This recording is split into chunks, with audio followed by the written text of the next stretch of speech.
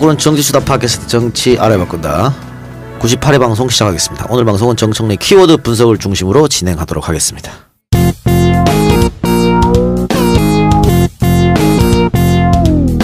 정청래 키워드 분석. 정청래 키워드 분석. 정상회담과 대전협정. 정상회담부터 하시죠. 대전협정부터. 진짜 청개구리 고기를 드셨나. 자, 대전협정부터 갑시다. 정청개구리래. 대전협정 뭐예요? 대전협정이 1950년 6월 25일 6.25 전쟁이 일어났죠. 그리고 3일 만에 서울을 내주고 이승만 대통령은 한강 다리를 끊고 밑으로 피신하기 시작했습니다. 그래서 7월 12일 날 대전에서 미국에게 러브콜을 보냅니다. 우리는 전쟁 수행할 능력이 없으니 군 작전 지휘권을 미국에게 넘겨주고 싶다. 7월 12일 날 제안했고요. 7월 19일 날 미국이 화답하면서 각서를 교환합니다. 이것이 1950년에 있었던 대전협정입니다. 이것은 지명 대전을 얘기하는 겁니다. 전쟁의 전자가 아닙니다. 예. 그래서 한미 대전협정이라고도 불립니다. 이러면서 지금까지 군 작전 지휘권, 전시작전 지휘권이 미국에게 있는 거죠. 그래서 그때 뭐 병시작전권도 갔었는데 병시작전권 DJ 때 찾아온 거고. 그렇습니다. 그래서 이것이 한미 동맹의 출발점이었다라는 거죠. 자, 그래서 군 실제로 통수권이 미국에게 넘어갔고요. 그 유엔 16개국 참전국이 있었죠. 그리고 실질적으로 이제 미군이라고 볼 수 있는데, 그래서 실제로 미군이 와서 전쟁을 치른 거죠. 예. 그리고 대한민국 정부 이승만 대통령은 실제로 전쟁에 대한 권한이 없게 됩니다. 어떻게 보면 이것이 슬픈 비극의 시작이었다고도 볼 수가 있겠죠. 그래서 전쟁은 1952년부터 휴전협정에 들어가는데요. 이승만 대통령은 반대를 합니다. 휴전을 하면 어떡하냐. 북진 통일을 해야 된다. 능력도 없는 것들이 능력도 없으면서 이게 전쟁 전에 신성무 국방장관이 네. 이승만한테 보고할 때 우리가 북쪽 쳐들어가면 이길 수 있다. 점심은 평양에서 먹고 저녁은 시리에서 먹는다. 네. 이렇게 하다 전쟁 나자마자 대전으로 도망간 거 아니에요? 네, 그렇습니다. 문재인 대통령이 미국의 첫 일정이 장진호 전투 기념비에 헌하는 걸로 시작을 하는데요. 어허. 이 장진호 전투 기념비가 어떤 거냐면 북한의 압록강 강변에 있는 정확한 지명은 제가 생각이 안 나는데요. 거기에 실제로 갇혔어요. 중공군 12만 명한테. 제가 6월 6일인가에 EBS에서 2부작으로 다큐멘터리 해줬거든요. 그거 네. 봤습니다. 네. 뭐 괴멸당했던 그렇습니다. 최대 패배 네. 미군의. 네, 그렇습니다. 북한의 임시 수도였다는데 무슨 개자로 끝나는데 뭐 거기에 한번 찾아보면 나옵니다. 장진호 전투기념비. 그래서 12만 명 중공군한테 포위가 돼서 몰살당할 상황이었는데 그 장진호 그분과 미 1해병이 가까스로 이렇게 탈출에 성공해서 흥남 철수가 시작이 됐다고 합니다. 그래서 굉장히 희생도 컸지만 그래도 결과적으로는 큰 피해 없이 이렇게 탈출하게 된 것을 기념해서 문재인 대통령이 첫 일정을 헌화하는 걸로 한다는데요. 어쨌든 1953년 7월 27일 정전협정이 이루어지는데 우리는 군통수권을 실제로 넘겼기 때문에 우리는 정전협정의 조인국이 되지 못합니다. 그렇죠. 그래서 중국의 팽덕회, 북한의 김일성, 그리고 유엔군의 클라크 대장 이렇게 세 명이 실제로 정전협정에 조인을 합니다.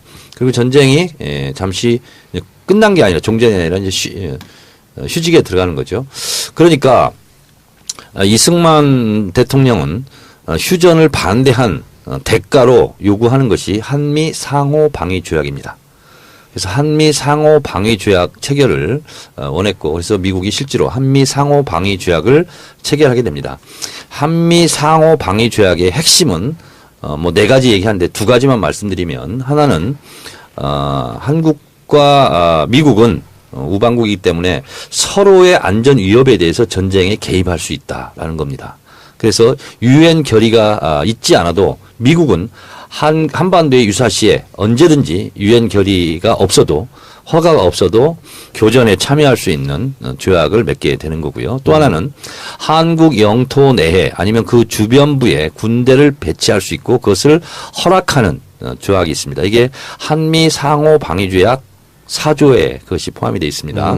이 4조에 의해서 이 근거 규정에 의해서 그럼 주한미군이 들어와야 되지 않습니까? 그래서 주한미군이 들어왔을 때 주한미군에 대한 법적인 지위를 어떻게 할 것인가. 이것이 한미 상호 방위조약 4조에 따른 주한미군 주둔군 지휘에 관한 협정. 이것이 바로 한미 행정협정입니다. 그래서 이것을 줄여서 우리가 소파라고 얘기를 하죠. 그래서 스테이터스 오브 그리고 폴스 어그리먼트 소파라고 합니다. 근데 이것은 간단히 줄여서 그러는데 영어 문장으로 한 5줄 됩니다. 굉장히 긴 협정 이름인데요. 그냥 줄여서 Status of Force Agreement 이렇게 해서 소파로 줄여서 부르는 건데요. 한미 행정협정입니다. 대표적인 불평등 협정인데요. 특히 한미 행정협정 22조 형사재판권에 관한 내용이 가장 불평등한 조약이다. 이렇게 우리가 알려져 있고 지금까지 불평등한 소파 개정을 우리가 요구하는 것이 결정적인 것이 22조 형사재판권인데 이걸 쉽게 설명을 하면 이렇습니다. 주한미군이 범죄를 저질렀을 때는 한국이 실제상 수사나 재판을 할 수 없다는 내용입니다. 물론 법조항에는 미국 법령에는 없고 한국 법령에 있는 것은 한국이 1차적인 재판권을 갖는다. 이렇게 되어 있지만 그 밑에 있는 한미 의정서에 보면 그것도 실질적으로는 미국에 넘겨야 되는 그런 상황으로 되어 있죠. 그래서 이 작가가 진행했던 이재희의 윤금희 씨 사건 같은 경우가 대표적으로 잔혹한 사건인데 그것은 미국이 재판을 이제 하게 되고 우리가 잘 아는 미선희 효순이 사건 미국 장갑차에 깔려서 사망을 했던 여중생 그게 놀랍게도 무죄 판결입니다. 벌을 받지 않았습니다. 그래서 며칠 전에도 강남에 있었던 주한미군이 성희롱 사건이 있었습니다. 그것이 한 달 뒤늦게나 신고되고 이런 일이 이제 벌어지고 있는데요. 의정부 동주천 이렇게 미군 기지가 있지 않습니까? 그 근처에 있는 데는 항상 이렇게 주한미군의 성범죄가 있습니다. 그래서 이 소파 개정을 해야 된다 하는 것이 제22조 헌법 형사재판권을 관한 건데 이 밖에도요. 또 하나 황당한 것은 뭐냐면 우리가 아무런 책임이 없어요. 주한미군이 100% 잘못했어요. 그렇게 설령 판정이 나더라도 벌금을 물을 경우에는 그 벌금의 25%를 한국 정부가 내야 된다는 그래요? 황당한 조약이 있습니다. 그래서 10년 전 어떤 의원이 이걸 국회에서 질의를 했는데요. 자료를 내고 했는데 그 돈이 1년에 4억 7천만 원이더라. 이렇게 되어 있고요. 또 하나는 뭐냐면 별로 주목받지 않은 거지만 인적, 물적, 물품이 실제로 주한미군 기지에 들어옵니다. 그러면 한국과 어떠한 협의를 하지 않아도 됩니다. 그래서 평택 오산기지 이런 데 탄저균이 들어왔다. 우편으로 하는 것이 뭐냐면 소파 규정 때문에 그렇습니다. 주한미군이 들어오는 거라면 우리가 그것을 조사할 수가 없습니다. 그래서 이런 것을 포함해서 31조로 구성되어 있는데 한미행정협정이 이것을 제가 다 읽어봤어요. 읽어봤는데 이 밖에도 너무나 굴욕적이고 너무나 자존심 상하는 그런 문구들이 너무 많아요. 예를 들면 이런 거 있습니다. 주한미군 기지를 사용했어요. 한국 무조건 내줘야 돼요. 근데 필요 없이 주한미군이 갔어요. 그러면 원상복귀할 의무를 가지지 않는다. 버리고 그냥 가는 거예요. 오염을 시켰던 뭘 했든 간에 원상복귀에 대한 의무를 가지지 않는다. 그리고 그것을 한국은 요구할 수도 없다. 이런 내용들이 진짜 수두룩 빡빡하게 많습니다. 그러니까 지금 대표적 불평등 조약인 소파 협정이 66년, 67년도에 이루어졌는데 이게 대전 협정이 스타트였다. 이렇게 보면 되는 거고. 그렇습니다. 근데 대전 협정이라는 것이 이게 아무런 법적 절차 없이 그냥 이승만 대통령 본인의 생각으로 이루어졌기 때문에 법적 절차도 사실 문제가 있었다고 하지만 그래도 어쨌든 유효적으로 이루어졌는 거네요. 네, 그러니까 대전 협정이 있으면서 실제로 미국이 여기 와서 전쟁을 치른 거고요. 끝나니까 이승만 대통령은 그럼 이렇게 끝났는데 어떻게 갈 거야? 다시 본국으로 돌아갈 거야? 그러니까 한미 상호 방위 조약을 실제로 매달려서 체결을 하게 되는 거죠. 그래서 결론을 말씀드리면 이제 21세기 대한민국 국가 경제가 전 세계에서 뭐 10위권에 이른다고 그러고 국력이 신장됐다고 그러는데 한미 동맹이라는 것은 미국이 우리를 도와주는 거 아니에요? 예. 우호적 관계 아닙니까? 그러면 거기에 맞게 옛날 동반저적, 걸로 돼 있잖아. 네, 그치? 동반저적 관계로 수평적 관계로 불평등한 이 한미 행정협정도 문재인 정부 이 바꿔야 시대에 평등하게 좀 그러니까 바꿔야 되지 해방을 않느냐. 만들었던 그런 이렇게 조약들이 생각합니다. 여태까지 그냥 있는 거죠. 아니, 그러니까 뭐 한 두 차례 개정을 했는데 개정해도 역시 불평등 조약은 남아 있고 특히 아까 뭐 정현도 얘기했습니다만 미국인이 잘못을 한국인한테 했음에도 불구하고 한국인 그러니까 구속할 때는 대한민국이 이게 체포할 권리가 없기 때문에 네. 재판도 네. 이게 이제 제일 먼저 고쳐야 되는데 사실은 이 소파 같은 경우에는 미국은 일본하고도 체결했지 않습니까? 그런데 우리하고 완전 달라요. 네, 다릅니다. 우리만 불평등이야. 네. 그러면서 맨날 뭐 한미 뭐 상호 뭐 이런 얘기하면 어떻게 해? 그러니까 필리핀 같은 경우도요. 수빅만에 설치했던 미 공군기지 클라크 공군기지가 있습니다. 거기에도요. 기지 사용률이 다 냈습니다. 미국이. 그래서 나중에는 필리핀 다 올리려고 그랬어요. 그랬더니 미국이 열받네. 우리 뺄게. 그래 뺀 거거든요. 그리고 뭐 재판 관할권 관련해 가지고 모든 미군이나 가족들의 그런 범죄에 대해서 우리나라가 재판권 없는 건 아니고요. 네. 규정이 있어 가지고 우리나라 재판권 행사하는 경우도 있고요. 또 수원이나 뭐 의정부 같은데 간혹 가면은요 외국인 재판을 해요. 그런데 좀 몰아서 합니다. 통역사를 불러가지고 쫙 하기 때문에 몰아서 하는데 보통 이제 제일 앞 시간에 미군들도 재판 많이 받아요. 근데 지금 손소 변호사가 지금 좀 개정이 돼서 그렇고요. 아니 그 방금 얘기해줬잖아요. 법은 그렇게 돼 있다고. 근데 실제적으로 그렇게 안 돼요. 그리고 심재원 더불어민주당 외교통일위원회 위원장이 네. 19대 때 이걸 조사했어요. 그랬더니 7% 정도 네. 형사재판을 실제로 했다고. 주한미군 범죄에 그러니까 대해서. 실제로 그렇게 이루어지지 않는다니까. 7% 정도. 자, 다 하셨어요? 마무리하세요. 네, 네. 대전협정 네. 끝났습니까? 그래서 대전협정이란 말은 좀 생소하실 것 생소해요. 같아요. 처음 그래서 들었습니다. 소파 이렇게 얘기하지 않고 제가 키워드를 대전협정 이렇게 했습니다. 예. 하나 지식도 배웠네요. 그래요. 자, 그러면은 또 하나의 키워드 분석 정상회담 광고 듣고 와서 합시다.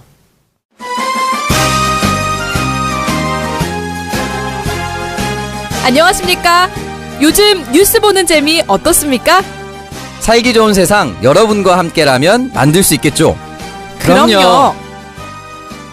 오늘 저는 일산의 풍무양고기를 여러분께 추천합니다. 맛은 물론이고요. 분위기 또한 만족하실 겁니다. 고객이 먼저입니다. 음식점다운 음식점 일산 풍무양고기 꼭 한번 가보실 거죠? 물론이죠. 세상에서 가장 맛있는 양고기집 어딥니까? 일산 풍무양고기요. 예약 전화 몇 번입니까? 031-902-9292. 고맙습니다. 사랑합니다. 나라다운 나라를 기대하는 풍무양고기였습니다. 풍무양고기 광고 들으셨습니다. 맛있는 양고기 생각날 때 풍무양고기죠. 양고기뿐 아니라 맛있고 다양한 종류의 중국 요리들도 준비되어 있기 때문에 양고기를 드시지 못하는 분들도 함께 가셔도 좋습니다. 즐거운 시간 보내실 수 있고요. 고향 등기소 바로 앞에 있습니다. 모임이나 회식하기에 아주 편한 넓은 자리도 준비되어 있고요. 오전 11시 반부터 자정까지 영업합니다. 좋은 사람들과 함께하면 더 좋은 풍무양고기 기억해 주시고요. 제가 정치알바 단체 카톡방에 투표를 올렸습니다. 네. 네. 언제 갑니까? 조만간 갑시다. 네, 제가 1, 2, 3번으로 했기 때문에 알겠습니다. 예, 결정해 주십시오. 네, 알겠습니다. 아무도 안 하고 아무도. 알았어요. 네, 알겠습니다. 해주세요. 예. 자, 그럼 두 번째 키워드 들어가 볼까요? 정상회담. 이것은 역시 6월 30일 예정되어 있는 한미 정상회담 이야기 있죠? 네. 예. 그러니까 지금 문재인 대통령 한미 정상회담 방미 일정을 보면 28일 날 출국합니다. 그래서 장진호 전투기념비 헌화하고 한미 비즈니스 라운드 테이블 및 만찬. 29일에는 미 의회 상하원 지도부 간담회 백악관 방문 그리고 미국 대통령 내외와 상견례 및 만찬. 30일 마크 펜스 미국 부통령과 한국 참전 기념비 헌화 그리고 트럼프 대통령과 정상회담 공동 성명 발표 또 미국 전략 국제문제연구소 연설 7월 1일 날 재미동포 간담회 미국 특파원 기자 간담회 그리고 2일 날 돌아오는 하나 둘 셋 넷 4박 5일 코스네요. 네, 시작하십시오. 정상회담 키워드 분석. 네, 정상회담.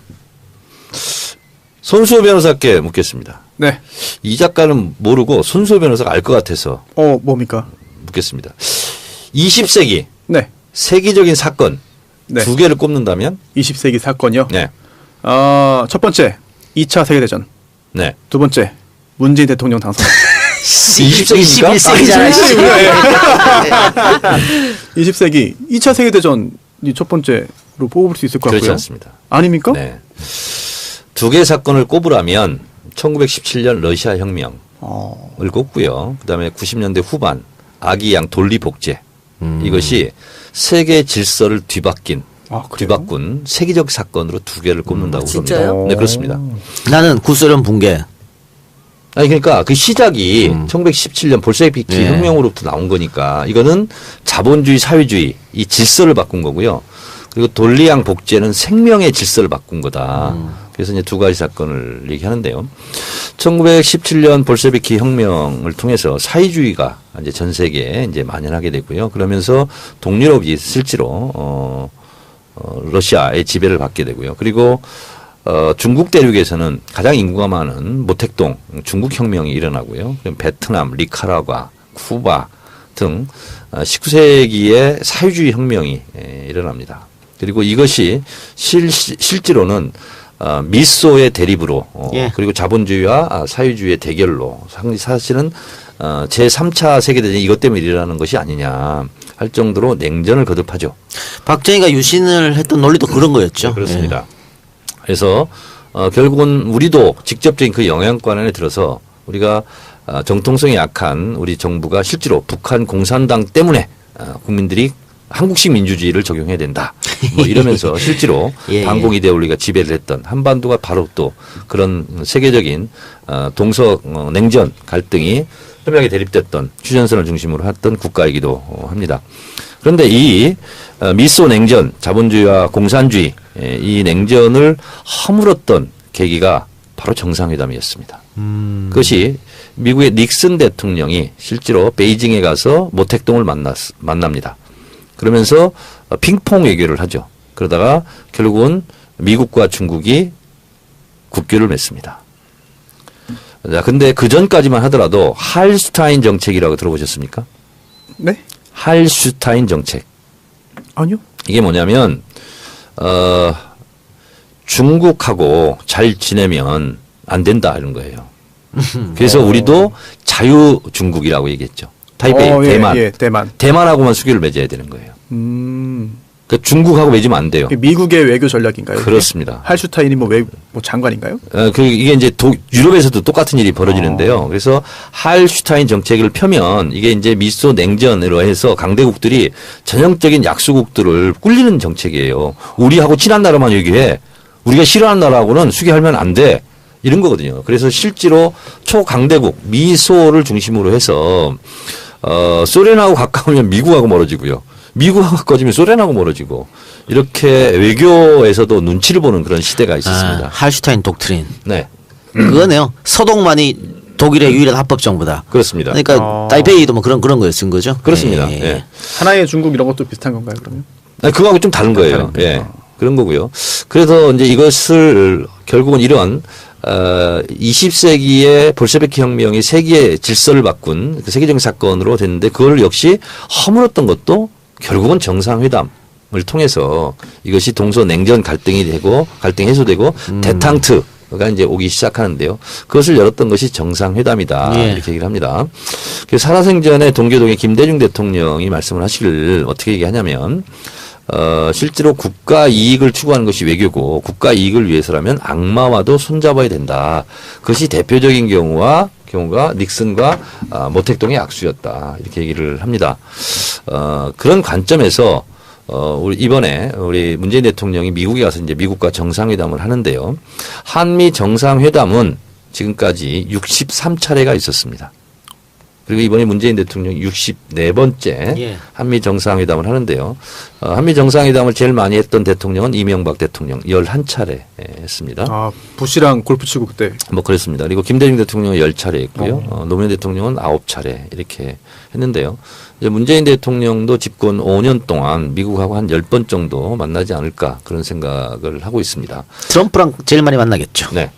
근데 이 정상회담을 통해서 실제로 막혔던 문제를 풀기도 하고 더 꼬이기도 합니다. 한미 정상회담이 첫 번째로 열렸던 것은 2차 세계대전의 영웅이라는 아이젠하워 미국 대통령이 1952년 7월 한국을 방문합니다. 그래서 이승만 대통령과 정상회담을 하고 우위를 다지죠. 휴전 전이네요. 그럼 그 휴전 전입니다. 전쟁 중에. 전시 때 방문했습니다. 그래서 아이젠하워가 그때 우리를 방문했던 것은 아마 전쟁 중에 그런 일이 있었기 때문에 엄청난 유엔군이나 한국군의 사기를 진작시키지 않았을까. 그런 생각을 하고 있고요. 그리고 우리는 좀 비판적으로 보지만 어쨌든 박정희 대통령이 서독으로 간 광부 간호사들을 위로하러 간 적이 있습니다. 그래서 독일의 정상들과 정상회담도 했지만 실제로 교포들에게도 굉장히 위안이 되고 도움이 되기도 합니다.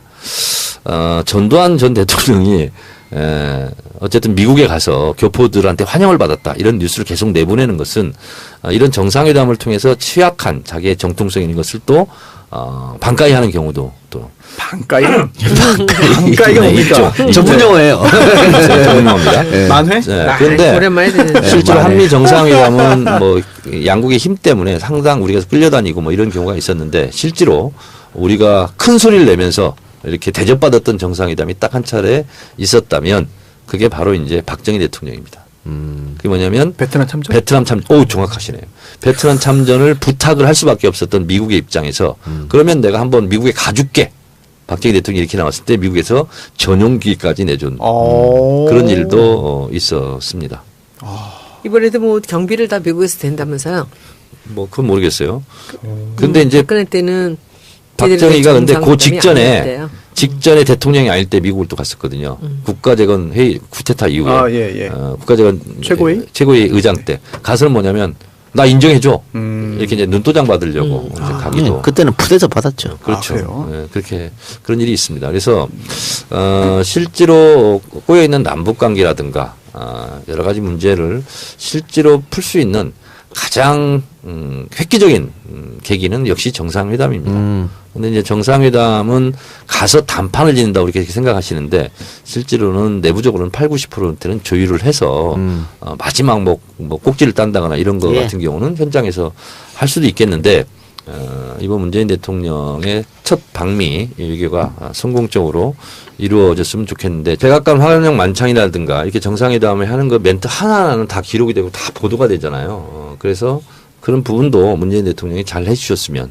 좋겠어요. 왜냐하면 우리 국민들의 자존심, 당당한 외교, 국익을 추구하는 외교 이런 부분에서도 성공을 거두시고 돌아오셨으면 좋겠습니다.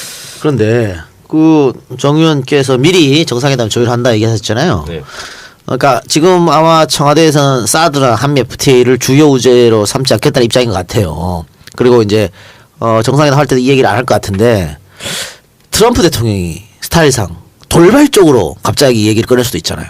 이럴 때는 어떻게 대처해야 되나요? 트럼프 대통령은 사실은 거래의 대가 아닙니까? 그렇죠. 가만히 생각해 보세요. 그런 책도 썼어요. 트럼프가 당선되고 대통령 취임 전에 아베가 달려갔습니다. 아베가요 얼마 선물 보따리 갖고 왔는지 아세요? 505주를 갖고 왔습니다. 미국 제품 구매하겠다. 힐러리 밀다가 그렇게 돼가지고 더 2배로 갖고 간 거니까. 네, 그렇습니다. 그리고 사우디아라비아도요 1,000억은 무기를 구매하겠다. 포함해서 3,000억 우리가 미국 제품 사겠다. 우리도 그래야 됩니까? 아니 그래서 실제로요 주한 미국 상공회의소 대표가 제안했어요. 1,000억 달러 정도는 사줘야 되는 거 아니냐. 그래야 트럼프가 좋아한다. 그러니까 트럼프는 이거예요. 지금 러스트벨트에서 지금 성공했지 않습니까? 그리고 미국 경제에 가시적으로 뭔가 좀 마중물이라든가 이런 걸 부어야 돼요. 그래서 트럼프를 제가 가만히 생각해 봤을 때 그런 실리 외교 이거를 자기가 자랑질할 수 있는 이런 것을 내가 따냈다 할 수 있는 것을 노릴 가능성이 대단히 높습니다. 저는 제가 예측했을 때 물론 이건 청와대에서 지금 준비팀에 다 대비를 했을 거예요. 아니, 주한 미국 상공회의소 대표가 그 정도 얘기했다니까 한 1,000억 달러 정도는 써야 되는 거 아니냐 이번에 미국 가서 그런 말을 할 정도예요 공개적으로. 그래서 트럼프는 다른 거 없고 내가 이번 한미 정상회담을 통해서 이만큼 돈을 벌었다. 쉽게 얘기해서 이거를 자랑하고 싶을 겁니다. 근데 이거에 대해 덥석 물면 안 되고 저는 그래서 오히려 트럼프의 충동적이고 돌출적인 성격상 립 서비스를 칭찬을 무지하게 해줬으면 좋겠다. 그래서 제가 또 하나 궁금한 거 트럼프가 악수하는 걸로 유명하잖아요. 그것도 강하게 막 잡는 거. 기선제압한다. 뭐 이런 얘기 있죠. 근데 모디 인도 총리하고는 꽤 오랫동안 악수를 했고 아베하고도 15초 동안 악수를 했어요. 꽉 잡고 안 놔줘가지고. 그래요? 근데 이게 좋았다라는 평이 많았는데 누가 좋았대요? 그러니까 상대국에서 아. 하기 애하다 이렇게. 근데 메르켈 총리가 독일에 네. 악수하자 그랬는데 트럼프가 못 들은 척했습니다. 그리고 악수 안 했어요. 기자들이 요구했는데도 안 했죠. 안 했어요. 그리고 오. 마크롱은 오히려 네. 그 트럼프보다 더 세게 잡았대. 트럼프 손이 아플 정도로. 하얗게 변할 정도로. 젊으니까 전력이 더 세겠지. 예. 그래서 이런 것도 문 대통령이 준비해야 되지 않느냐라는 이야기가 있어요. 당연히 준비를 했을 겁니다. 당연히. 당연히 이제 언론의 초점이 되니까요. 당연히 준비를 했을 건데 특전사 출신이잖아요. 제가 이제 이 대목에서 여러분들한테 조금 도움이 되는 말씀을 이제 몇 개 해드릴게요. 제가 젊어서부터 본 우리 문재인 대통령은요, 제가 아는 사람들 중에서 가장 말이 없는 사람이에요. 그리고 가장 귀가 두꺼운 사람이에요. 남의 말을 잘 듣지 않습니다. 이렇게 솔깃솔깃하고 마음이 바뀌거나 그러지 않아요.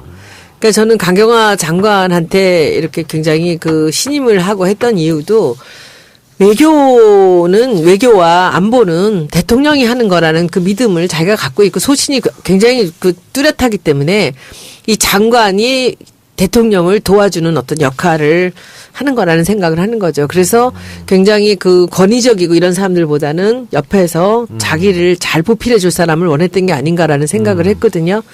그리고 우리 정 의원님 잘 아시잖아요. 그 보좌관도 정말 편한 사람 좋아하시거든요.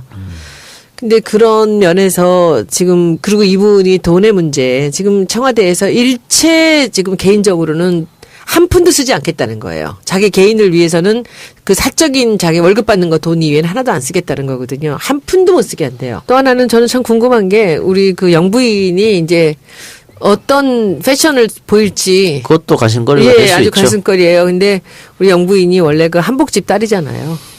그리고 30년 동안 넘게 차를 했기 때문에 다회를 많이 하니까 한복을 많이 입었거든요. 그래서 아마 한복을 이번에 멋지게 한번 여태까지 본 적이 없는 그런 일상적이면서도 진짜 배기 한복을 한번 입지 않을까라는 생각이 좀 듭니다. 그리고 교민들이 모이는데요. 워싱턴에서. 미국 전역에 있는 교민들이 모여서 이제 한번 만찬이 있는데 지금 현지의 얘기를 들어보면 거기를 지금 참석하려고 난리겠다. 난리래요. 야.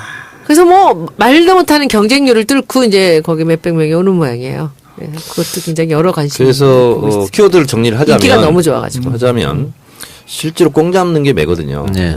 외교 전이라고 하지 않습니까? 외교 전쟁이거든요. 그래서 옛날에 서희 장군처럼 말 한마디로 강동 6주를 얻었듯이 실제로 싸우지 않고 이득을 취하는 게 최고잖아요. 그래서 이 워싱턴에서의 외교 전쟁에서 돈 안 들이고 많은 것을 얻으면 제일 좋잖아요. 그래서 저는 트럼프하고 이렇게 정서적 유대감 이런 것을 잘 활용했으면 좋겠고 트럼프가 칭찬에 약하답니다.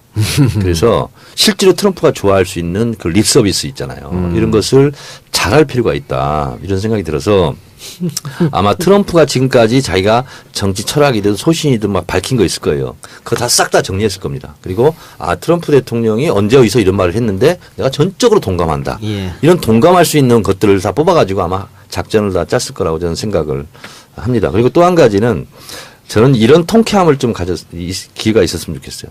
백악관 환영 만찬 할 때 이게 물론 이제 대통령 정상회담 환영 만찬 있을 수 없는 일이긴 하나 트럼프 대통령이 갑자기 김정숙 여사 성악 출신이라는데 성악가 출신이라는데 여기서 한번 한국에 가고 한번 해봤으면 좋겠다. 예의가 벗어나는 거죠. 이랬으면 좋겠어 난. 아우, 거기서 그냥 막 이렇게 해가지고 그렇게 노래는 늘 하던 사람이 하는 거예요.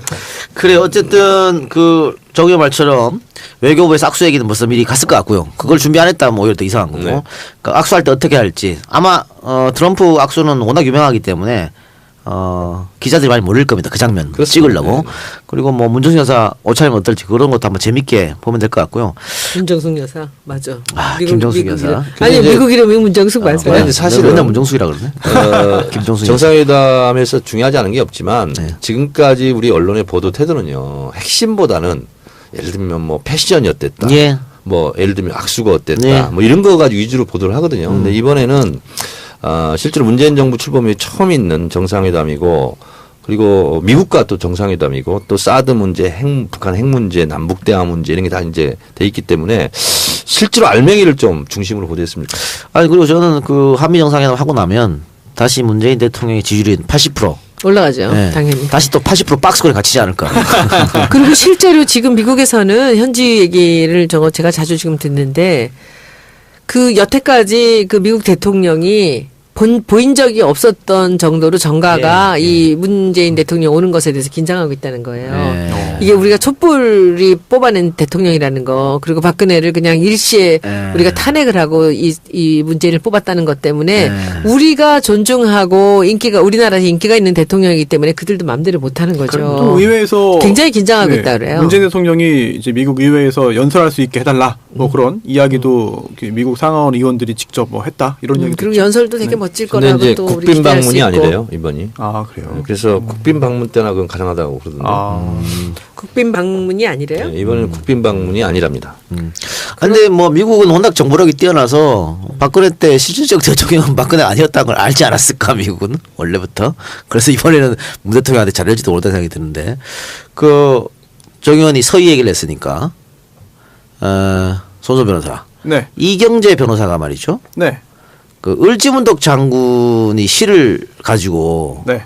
검찰한테 비유하는 이야기를 했다면서요? 아 혹시 그겁니까? 그 대열을 낚았으면 잔챙이는 풀어줘라 뭐 그런 취지의 그 시 말씀. 네, 싸움에 이겨 공이 이미 네. 높으니 원컨대 만족함을 알고 그만두길 바란다. 네, 정유라 씨에 대해서는 더 이상 구속 영장 치지 마라. 청구하지 말아라. 그렇죠? 라고 하는 이야기인 것 같은데. 근데 왜 그 을지문덕이에요? 아, 을지문덕 장군이 왜 저 그 수나라 장군이면 우 장군인가? 우중문 모르겠어요. 한테 편지 보냈었잖아요. 을지문덕은 잘 모르겠는데 이문덕 현상은 지금 있죠. 이문덕이 뭐야? 이게 다 문재인 덕분이에요. 영국 공연장에서 깃발들이 나타난 합성인 줄 알았어요, 저는. 이문덕 현상. 하여튼 그 을지문덕 장군이 수나라 우중군에게 대해 편지 보내서 조롱했지 않습니까? 그렇습니다. 그러면서 이것도 역시 외교로 물리친 거나 마찬가지인 거지. 그렇게 했는데 이걸 왜 이경재가 인용을 했을까? 글쎄요. 더 이상 거들지 말라는 얘기야? 정의라는? 그런 거겠죠. 이게 제가 알기로는 재판에서 한 건 아니고 재판 끝나가 나와서 이제 그 기자들한테 했던 이야기로 기억하거든요. 그런데 뭐 기자 앞에서야 뭐 어떤 이야기를 할 수 있겠습니다만 아무래도 이경재 변호사는 최순실 씨의 이야기를 항상 요약해가지고 언론을 상대로 잘 풀어가지고 활용하고 있는데 지금 가장 걱정하는 게 그동안도 그랬지만 최순실 씨의 걱정은 정유라 아니겠습니까? 그렇다면은 물론 2번 기각됐기 때문에 가능성은 현저히 낮아졌지만 그래도 더 이상 괴롭히지 말아라. 내 딸만은 괴롭히지 말아라. 라고 하는 최순실 씨의 어떤 그 바람이나 염원이나 소망을 이경재 변호사가 잘 또 다시 엮어가지고 기자한테 공개한 게 아닌가 싶은데요. 그 3번의 구속영장 청구는 굉장히 이례적이다고 얘기하잖아요. 네. 그런데 이번에 검찰이 정유라를 또 불렀어요. 그렇죠. 오늘 조사했습니다. 화요일. 왜 또 불렀을까? 정말 구속영장 3번째 칠라 그런 걸까요? 그렇지는 않을 것 같아요. 그런데 네. 왜 불렀어? 그러면 불구속으로 재판받게 하면 되지. 왜 또 불렀어? 기소하기 전에 이제 수사가 다 마무리되어야 기소할 수 있는 거잖아요. 그런데 이제 구속된 상태에서 구속시킨 상태에서 집중적인 수사를 하려고 했는데 조사를 그게 안 됐으니까 불구속 상태에서도 불러서 조사를 이어 나가야 되는 거죠. 아니, 우병우 때는 안 했잖아요, 그렇게. 네? 우병우 때는 안 했잖아. 그때는 이제 이 정도면 수사가 다 됐습니다라고 판단을 했을 테죠. 저는 3자 청구 한번 해봤으면 좋겠어요. 왜냐하면 그 최순실 등 2대 입시 부정비리 네네. 그 사건이 정유라와 공범관계다. 이렇게 1심 판결이 네. 나왔잖아요. 예. 자, 공범관계인데 누구는 지금 구속돼 있고 누구는 지금 불구속돼 있잖아요. 네. 그리고 돈을 주고받은 걸로 치면 돈을 준 사람은 구속돼 있고 맞아요. 받은 사람은 지금 그냥 돌아다니고 있는 거야. 네. 그래서 이대 지금 그 교수들이 발끈하고 있다고. 네. 그래서 지금 분위기로 영장 청구를 하면 왜냐하면 또 법원 1심 판결을 근거로 또 한번 도전하는 거기 때문에 영장 판사가 좀 부담스러울 것 같지 않아요? 물론 그렇습니다. 저도 뭐 정유라 씨가 구속되어서 부담감을 느낀 나머지 모든 걸 다 실토했으면 좋겠는데 속 시원하겠는데 현재 규정상 보면은 물론 이제 범죄 사실의 소명이 좀 더 수월해질 수 있겠죠. 1심 판결문을 못 봐서 좀 단정적으로 말씀드리기 어렵습니다만 정유라 씨가 공범으로 지목되었다고 한다면 범죄 사실 소명에는 한 걸음 더 다가갈 수 있을 겁니다. 그런데 그리고 실제로 말 세탁도 지시한 네. 것이 실제로는 네. 정유라 아니냐 이런 언론 보도도 있고 그리고 지금까지 다 몰라요. 엄마가 알아서 한 거 했지만 그것이 아니라는 정황들도 여러 가지 드러났잖아요. 지금. 그런데 그렇다 하더라도 이걸 네. 다 인정하고 맞다 하더라도 주거 부정이나 도주 우려 또는 증거인멸의 우려가 있어야만 구속영장 발부되거든요. 근데 지금 현재 지금까지 모르쇠 하고 네. 뭐 착한 척하면서 뭐 아무것도 네. 모른 척한 것이 증거 인멸 아니었을까? 근데 그게- 1차 그 기각할 때는 안 받아줬죠 그런 논리를. 지금 현재까지 국내 귀국해서 검찰 조사에 선수로서 지금 성실했고 정유라 지금 네. 변호하고 있습니까? 아니 그 객관적인 또 이제 청취자분들께서 한번 좀 판단해 보시라라는 입장에서 한번 정청래 의원님의 주장에 한번 나름 한번 좀 이야기를 좀 해드린 거고요. 판단을 해보시면 될 것 같은데 제가 볼 때는 세 번째 청구를 해도 그 동안의 법원의 판단 논리를 따른다면은 주거 부정도 아니고 도주 우려도 없을 것으로 보이고 아이도 있겠다. 그동안 부를 때마다 와가지고 조사 다 받았다. 그리고 또 증거인멸 할 것도 없다. 그럼 라고 박근혜도 한다면 구속시키지 말았어야지. 왜요? 주거 부정이 아니잖아. 아니 주거 부정 증거인멸이 가능성이 있지. 증거 인멸 할 게 뭐가 있어? 말을 박근혜가. 짜고 그럴 수가 있는 증거라는 거지, 게 자기들끼리. 그럼 병이라도 마찬가지지. 글쎄요. 그렇게 얘기하면. 근데 정유라는 복잡하지가 않잖아요. 걔는 그 아직은. 입시 부정밖에 없잖아요. 근데 그 윤석열 지검장이 그 영장 청구는 수사팀의 그 몫이다. 그럼- 관여하지 않겠다 이런 얘기했어요. 네, 그렇습니다. 네. 근데 이경재 변호사는 네. 그렇게 말하는 것 자체가 관여하는 거다 이러더라고. 그렇지는 않을 것 같아요. 왜냐면은 뭐 물론 형식적인 논리겠습니다만 영장 청구서에 보면은 거기에 뭐 지검장 이름이 올라가는 건 아니거든요. 네. 그래요. 알겠습니다. 자 그러면은 키워드 분석은 거기 하면 되겠죠? 네. 광고 듣고 와서 다른 얘기 한번 해봅시다. 아직도 홍삼만 드십니까? 홍삼만 드신 여러분 행복하십니까? 살림살이 좀 나아지셨습니까? 이제 마카 산삼을 드십시오. 마카 산삼. 잉카인들이 즐겨 먹었던 남미 페루의 산삼. 인체에 꼭 필요한 31가지 미네랄과 18종의 아미노산을 함유한 천연 종합 영양제. 세계적인 슈퍼푸드로 인정받아 전 세계가 열광하는 그것. 바로 마카입니다. 페루의 마카와 우리나라의 산삼을 하나로 만들었습니다. 마카 산삼. 이게 다가 아닙니다. 20년 경력 전문가의 자문을 받아 우리 몸에 좋은 11가지 원료까지 하나로 만든 건강 푸드. 마카 산삼. 이제 홍삼 가격으로 마카 산삼 드십시오. 와, 이거 남자한테 딱이네. 딱이야. 애미야, 나한테도 딱이구나. 엄마, 나도 마카산삼. 나도. 검색창에 마카 산삼 또는 영한 네이처를 검색하세요. 영한 네이처 마카 산삼이 답입니다. 마카 산삼을 꼭 기억하세요. 네, 마카산삼 광고 듣고 왔습니다. 영한네이처 마카산삼. 마카산삼에 녹용까지 플러스 시켰습니다. 용량은 증가됐고 가격은 예전 그대로. 마카산삼 녹용 또 마카산삼 따로따로 있으니까 마카산삼만 구매하실 분들은 마카산삼 신청하시고 마카산삼 녹용을 구매하실 분은 마카산삼 녹용을 구매해 주시기 바랍니다. 검색창에서 영한네이처 유서 상품이 있으니까 꼭 영한네이처를 검색하세요. 혹은 031-323-2559 031-323-2559로 전화하시기 바랍니다. 자, 요즘 또 핫한 이야기가 김경준 이야기입니다. BBK 사건으로 9년여 동안 복역을 했다가 이제 미국으로 돌아가지. 강제 추방이죠. 네. 네, 강제 추방당한 김경준 씨가 추방이라기보다는 출국, 강제 출국. 추방. 출국. 다시 못 와. 네. 그럼 추방이지. 추방이야, 추방. 강제 출국을 두 자로 줄이면 추방이에요. 네. 그런데 김경준 씨가 본인의 SNS를 통해서 BBK 사건 수사 과정에 대해서 계속해서 폭로를 하고 있습니다. 그리고 담당 검사 이야기도 하고 있고요.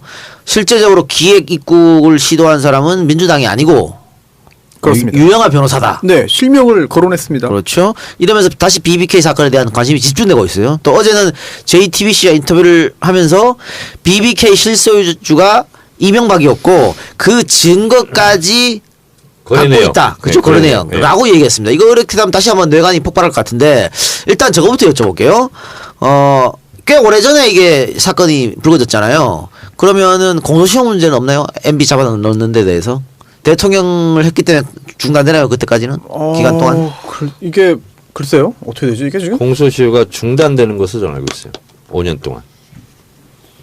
그쵸. 5년. 재임 기간 동안에는 이제 그 내란 외환지 아니고선 그러면 도출 안 살아있는 되니까. 거죠. 이게 10년이죠. 잘 모르겠네요. 공소시효. 모르겠네요. 변호사가 그런 것도 모르고 아니, 공소시효 변호사 아니, 하고 어떻게- 있단 말이에요 지금. 어떻게 다 외워? 어떻게 숫자를 외우고 다녀요? 찾아봐야지 다.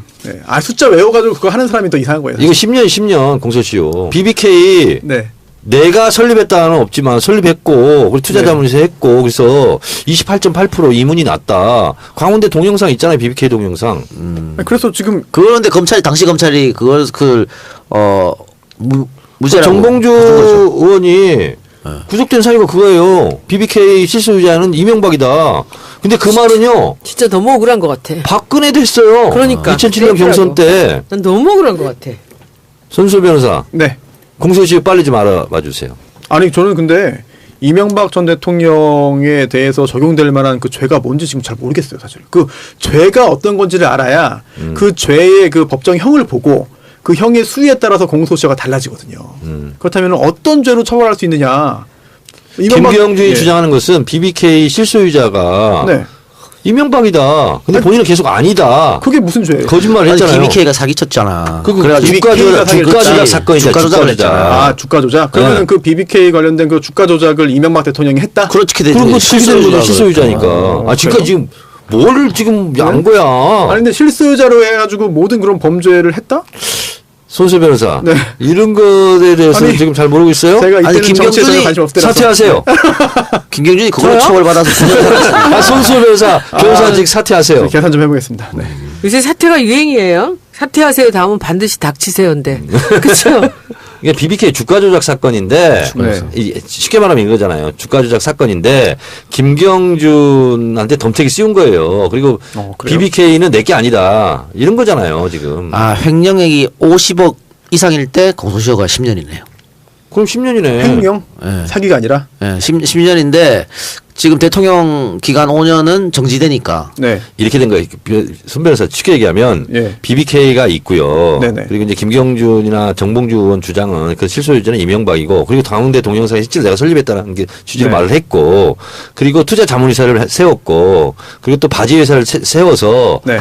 저런 금융회사 저런 훌륭한 금융회사가 BBK에 지금 투자를 했다. 네네. 그래서 BBK 주가가 올라가는 거예요. 그 개미군단들이 따라서 사는 거야. 네. 그리고 쭉 빠져버린 거야 작전 세력은. 그러면서 개미 부대만 주가 피해를 받은 거예요.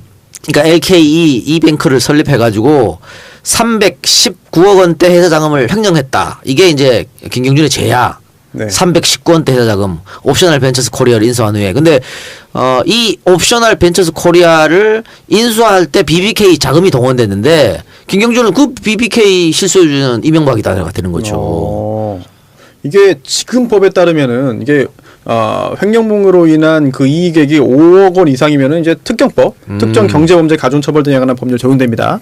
그래서 50억 이상을 횡령했을 경우에는 무기징역 또는 5년 이상의 징역이고요. 그리고 5억 원 이상 50억 원 미만일 경우에는 3년 이상의 유기징역인데 뭐 몇백억 횡령이라고 한다면은 당연히 무기징역 또는 5년 이상의 징역인데 공소시효. 이거 행위한 게 언제죠? 대략? 2001년. 그럼 2001년 지금법 아니라 2001년 행위 당시에 그런 법령부터 확인을 해야 돼요. 2001년으로. 근데 어쨌든 김경준은 2009년에 이 사건으로 징역 8년에 벌금 100억 원. 그러니까 이명박 전 대통령이 네. 선거법 위반으로 의원직을 상실해요. 네. 그리고 미국으로 가잖아요. 종로. 네, 미국으로 가가지고 그 김경준 누나 누구죠? 에리카 김 거기서 만나고 이렇게 해서 이런 김경준을 걸 기억나네. 알게 된 거예요. 그래가지고 돌아와가지고 내가 이렇게 쌤빙이 사람이 돼서 돌아왔다. 금융회사도 차리고 예. 뭐 이렇게 해가지고 내가 비전이 있다 이러면서 본인의 정치적 재기 발판으로 몸부림칠 때 이런 얘기를 이제 한 거죠. 강원대에서. 어쨌든 BBK 실소유가 MB로 밝혀진다면 MB도 처벌이 가능할 것 같고 그런데 그 김경준 씨가 지금 자료들을 가지고 폭로하고 있잖아요. 근데 확실한 자료는 아직 내보여주지 않는데 그렇죠. 확실한 자료를 대한민국 수사기관에 제출한다면 BBK 수사를 다시 할 수 있나요, 이거? 재수사는 언제든지 할 수 있죠. 지금 제가 보니까요. 2001년 당시에 행위 시에 그런 그 특경법 볼 때 지금이랑 똑같네요. 처벌 수위가. 그렇다고 한다면 310억 원을 정말 이명박 전 대통령이 횡령했다라고 한다면 가능한 법정형이 무기징역 또는 5년 이상의 징역이고요. 무기징역에 해당하는 범죄 경우에는 공소시효가 15년인데요. 근데 15년? 네, 근데 이 15년 이것도 개정이 2007년에 된 거거든요. 그 전에는 이제 10년일 거예요. 그래서 10년이라고 한 것 같아요. 네. 그런데 10년이다. 2001년에 했다. 5년을 뺀다라고 해도 이미 지나간 거 아닙니까? 그러니까 어쨌든 이게 좀 뭐 저도 좀 이렇게 복잡하더라고요. 예, 예. 뭐 또 이게 금융 부분이 그러다 보니까. 근데 어쨌든 김경준 씨의 주장을 토대로 우리가 지금 얘기를 하고 있는 예. 거잖아요. 일단 그렇다면 김경준 씨가 JTBC에서 얘기했잖아요. 이게 BBK가 이명박 실소유자이고 거래 내역까지 내가 가지고 있다. 증거를 가지고 예. 있다. 그러면 김경준 씨도 어느 시점에 이걸 저는 공개할 것 같아요. 그러면 재수사를 안 할 수가 없어요. 알 수 없다. 그리고 이게 사실 뭐 MB 처벌도 처벌이지만 검찰 개혁하고 연결될 수 있을 것 같아요. 당시 검찰이 다 알고 있으면서도 이명박 눈치 보느라고 제대로 수를 안 했다는 거예요. 김경준 씨가 지금 지목한 게 김기동 검사 아닙니까? 예. 그러니까 또 우병우 라인이라는 그런 얘기했잖아요. 예. 그거 실명 지금 언급하셔도 됩니까? 그거는 좀. 김경준 김경준 씨 사직 아니, 그렇긴 한데. 요즘 뜨는 네. 이름이 김기동 검사예요. 그렇긴 검사장이에요. 그리고 BBK 특검을 했는데 결국은 이명박은 무죄라고 면죄부까지 줬어요. 검찰에서. 그렇기 때문에 이거는 검찰 개혁을 위해서도 한번 제대로 수사를 해야 제가 될 것 같아요. 김경준 씨 트윗을 하나도 빼놓지 않고 다 캡처를 해서 봤어요. 그러면 거기에 답이 있어요. 그러면 이건 어떤가요? 그 BBK 수사 과정에서 기획 입국을 시도한 사람 유영하 변호사였다. 이런 거는 또 처벌이 안 되나요? 그 기획 입국이라는 게 도대체 뭐냐? 기획 입국이라는 게 뭐 딜을 한 거죠. 김경준하고. 정치적으로 볼 때는 기획 입국이라는 표현으로 다 설명되지만 법적으로 볼 때 기획 입국죄라는 건 문제가 없거든요. 없다. 아니 기획 입국죄는 없는데 구체적으로 그 행위가 뭐에 해당되겠느냐. 즉 혹시라도 공직선거법에 저촉되는 부분이 있는지 여부 구체적인 행위를 봐야 되는데 그냥 정치적으로 잘못된 행동이야라고 해가지고는 바로 그래요. 답이 안 나올 것 같아요. 선거법에 저촉될 수도 있겠네. 왜냐하면 김경준 씨 주장에 가면 유영하 변호사가 그렇게 해서 우리 요구대로 기획 입국을 해가지고 MB 거를 털어주면 돈도 주고 그 사면도 해주겠다 약속했거든. 아 그래요? 그런데 그게 안 됐잖아. 안 됐죠. 안 되고 나서 갑자기 홍준표가 사실은 민주당에서 기획 시킨 거다. 뒤집어 씌워버렸잖아요. 편지 그래서. 흔든 거 그때 그건가? 편지 그거 그렇습니다. 가짜 편지 가지고. 근데 그게 저기 실제로 새누리세 때는 거 아니에요? 그렇죠. 예, 이혜은이 나와서 밝힌 게 그거잖아. 이제 맞습니다. 사실이 이제야 밝혀진다는 게. 그리고 이제 홍준표 전 경남지사가 최근에 이런 얘기했어요. 그거 아니까 막아준 거다. BBK 문제. 막은 거야 그게? 네, 본인이 그렇게 얘기하면서 자기 당에선 막은 거예요. 당 입장에서는. 막은 거다. 그러면서 법무부 장관 시켜준다 하더니 3번이나 안 시켜주더라. 그래요.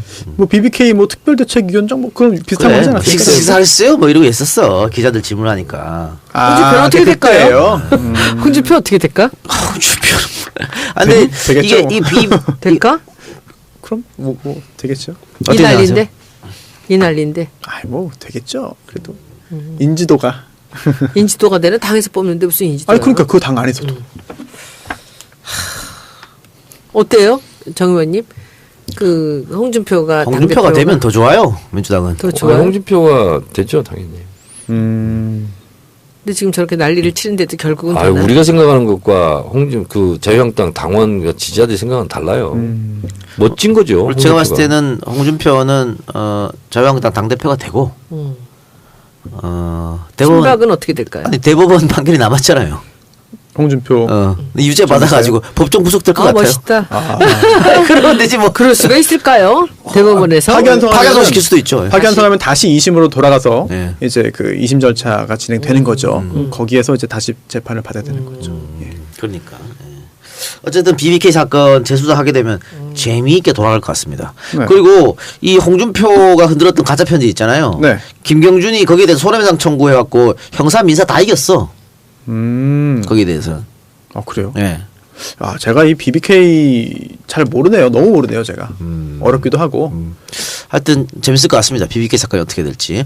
그런데 지금 김경준 씨가 한국으로 들어오지 못하는데 수사를 위해서 또 데리고 올 수 있나? 그건 또 불가능한 거고 우리 수사관들이 미국으로 가야 되나? 복잡하네요 이 사건. 어려운 점이 있습니다. 강제 추방됐기 때문에 다시 한국으로 오지는 못한다 그러더라고. 그래서 BBK 얘기를 거기까지 하고 다른 얘기 좀 해봅시다. 자, 오늘 화요일이죠. 저희 녹화한 날. 국회에서 원내 사당 대표들이 만나서 국회 정상에 대한 합의를 했고 합의가 이루어졌다고 합니다. 합의 내용을 보면 추경에 대한 내용이 근데 없어요. 제외됐어요. 왜 제외됐습니까 이거? 뭐 자유한국당이 끝까지 안 된다고 하니까 그런 거 아닙니까? 손 의원님께서 잘 아실 것 같아요. 좀 원내에서 굉장히 많은 노력을 하고 있는데 그 부분은 끝내 합의를 안 해주는 것 같아요. 그리고 합의문 가운데서 이 재밌는 거는 헌법 개정 특별위원회 활동 기간을 연장해서 오늘 그거는 운영한다. 그 오늘은 통과됐습니다. 요 문제겠죠? 네. 언제까지로 연장입니까?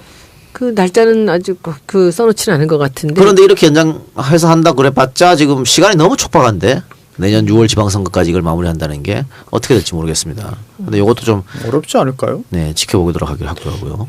조금 요거 한 기사만 소개해 드릴게요. 헤럴드 경제에 나온 건데 홍준표, 이명박, BBK 내가 막아줘. 법무부 장관 끝내 안 시켜주더라.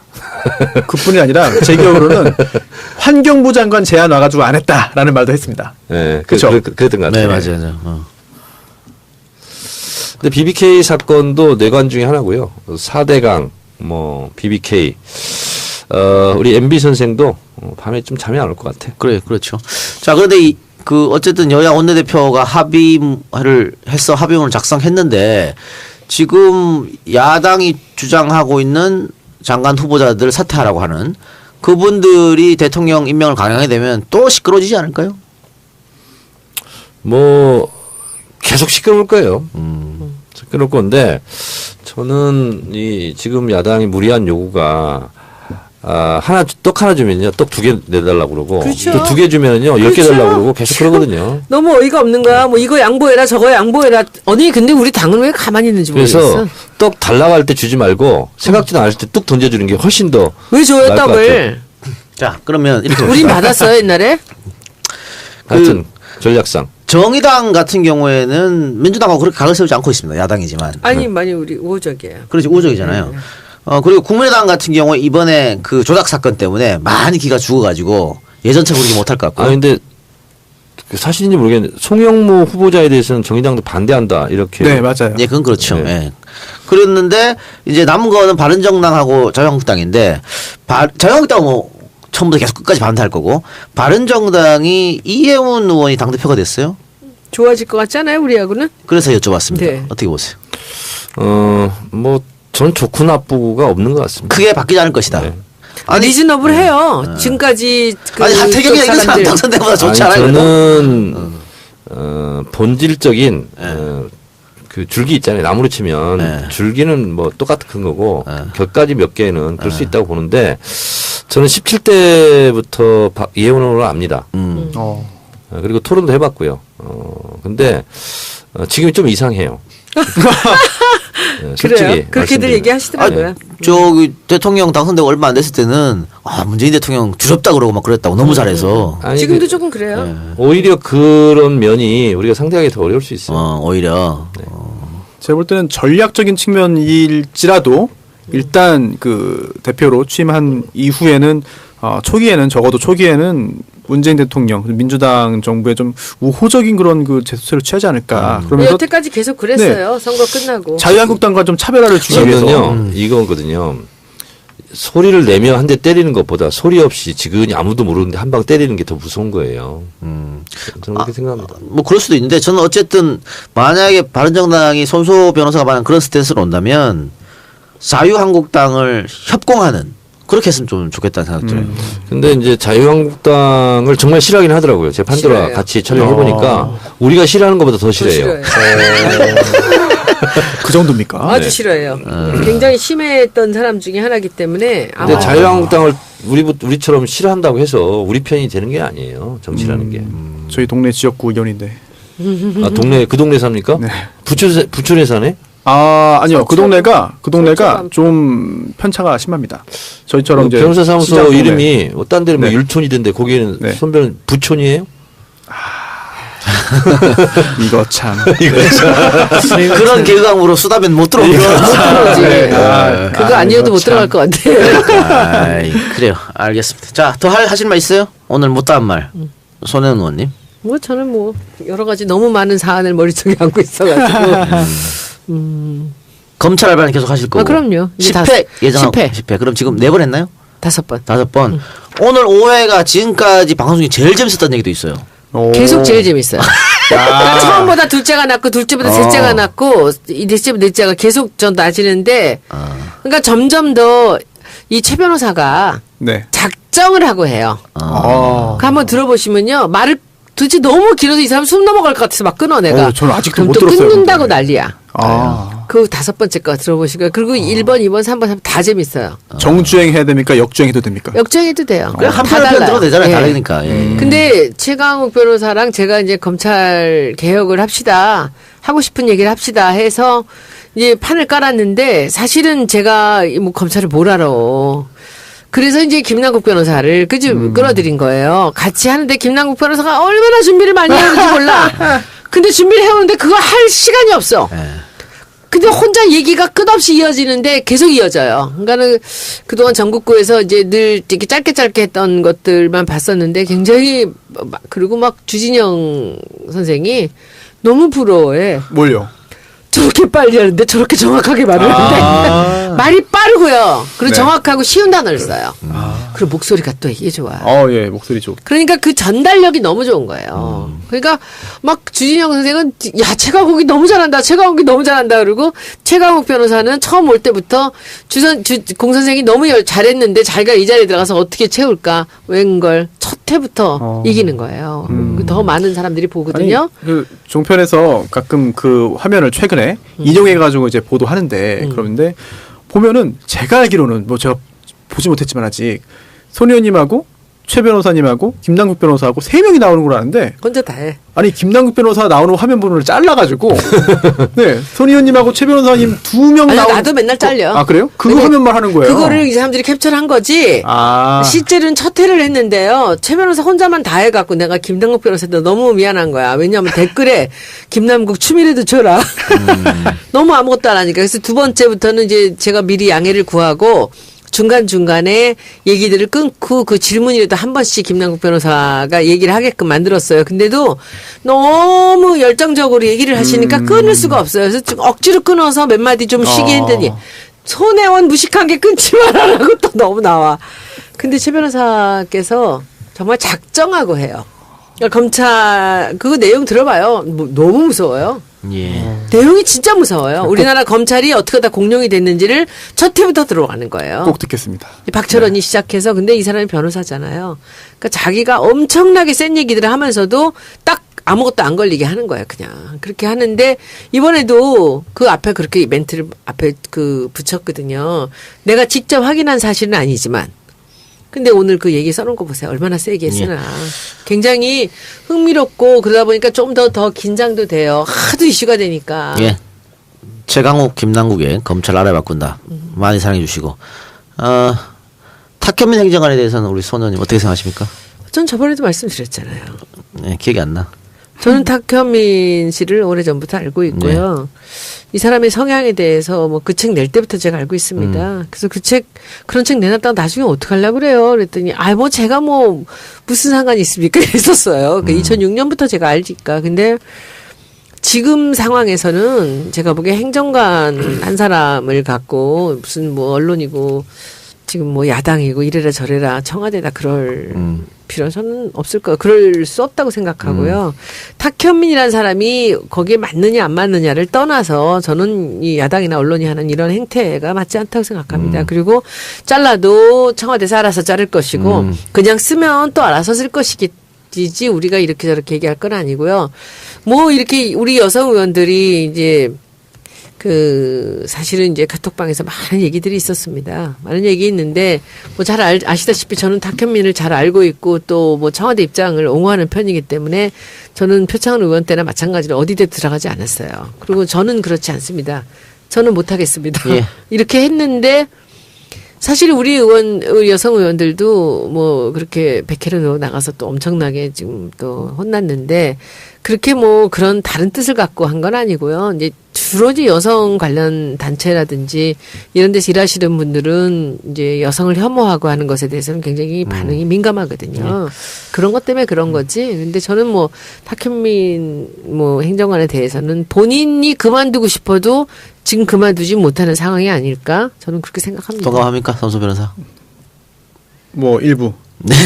그게 네, 일부. 동감하지 않는 부분은 뭐예요? 네? 동감하지 않는 부분은 뭐야? 저 사실 탁현민 행정관이 누군지 잘 모르겠어요. 네. 아니 뭐 알고 모르고를 떠나서 요즘에 자꾸 시끄러워지니까. 물론 그 당시에 책에 있던 내용 그 자체를 지금 시점에서 관점에서 딱 보면은 뭐 물론 문제 제기 충분히 할 만한 부분인 것 같은데 탁현민 행정관의 그 개인에 대한 그런 그 판단 그것과 지금 현재 탁현민 행정관이 무슨 일을 하는 사람이냐. 그 탁현민 행정관의 여성관이 지금 하는 일, 청와대에서 하는 일에 영향을 미쳐서 결국 문재인 대통령의 어떤 그 행적이나 업적이나 이런 활동으로 수용돼서 나오는 상황이냐. 아니라고 보거든요. 그렇다면은 탁현민 행정관이 반여성적이고 설령 뭔가 옳지 않은 생각을 과거에 갖고 있다 하더라도 그게 지금 시점에서 그 일을 하는데 행사 기획을 하는 데 있어서 과연 문제가 될 것이냐라고 하는 데 있어서는 저는 100% 동감이 좀 어려울 것 같습니다. 할 말 있습니까, 정 의원님? 없습니다. 예, 그럼 자 이걸로 제가 하나 좀 예. 반성하는 말씀을 좀 예. 드리는데 아까 제가 BBK 그 주제로 말씀하실 때 제가 참 모르는 게 많구나 예. 하는 생각을 했고요. 제가 아이, 또. 되짚어 보니까 그 시절에 제가 그 언론을 끊고 살았던 것 같아요. 이명박 시절. 찍었어요? 아니요. 그랬으면 신나게 언론 봤겠죠. 그래서 그 당시에 모든 걸 제가 그 인천 연고 야구팀을 좋아하는데 현대가 인천을 버리고 서울 가다가 서울 못 가서 수원에 주저앉았잖아요. 그때 3년 동안 야구를 안 봤습니다. 그런 심정으로 정치를 손수 변호사 했거든요. 예. 다음 주에 할 때 있잖아요. 네. BBK 사건이 뭐다라고 총정리를 해와서 그래요? 예. 정청래 키워드 분석하는 시간에 네. BBK 키워드로 하나를 좀 해주시기 바랍니다. 예. 이렇게 되면은 결국 제 밑에 변호사가 합니다. 그렇게 네. 시키세요 그러면. 그리고 최재경, 김기동에 대해서도 한번 봐봐봐. 네. 그래요? 그래서 다음 네. 주에는 저 키워드 분석 하나만 하고 큰일 났네. 손수호 변호사의 BBK 아이고. 숙제를 총정리 줘야겠어. 아이고. 하는 걸로 하겠습니다. 괜히 할 거였어. 근데 이거 한번 하면 BBK도 전문가 되니까. 근데 정리를 해야 될 것 같아요. 제가 어디 나가서 뭐 BBK 대충을 해도 잘 모르는 거예요. 제가. 그러니까. 앞으로 한 주 하나씩 안 돼. 선명 할 일이 코너를 너무 많은데 만들어야겠는데. 돈 다음 주에 벌어야 되는데. 1년에 하나, 1년에 하나. 손수호의 키워드 분석 BBK 기대하겠습니다. 키워드. 이것이 BBK다. 이것이 BBK다. 멋있다. 이러면 제 밑에 변호사들이 정말 더 싫어요, 저를. 근데 김남국 변호사가 네. 손소 변호사보다 더 많이 나가죠 정편에. 요즘에 비슷한가? 김변 많이 나가요. 어. 비슷할 거예요 아마. 저는 뭐 정치 관련된 건 잘 안 나가기 때문에. 네. 아 주로 사건. 네네. 아 그. 근데 저는 종편보다 종편 아닌 게 더 많아요.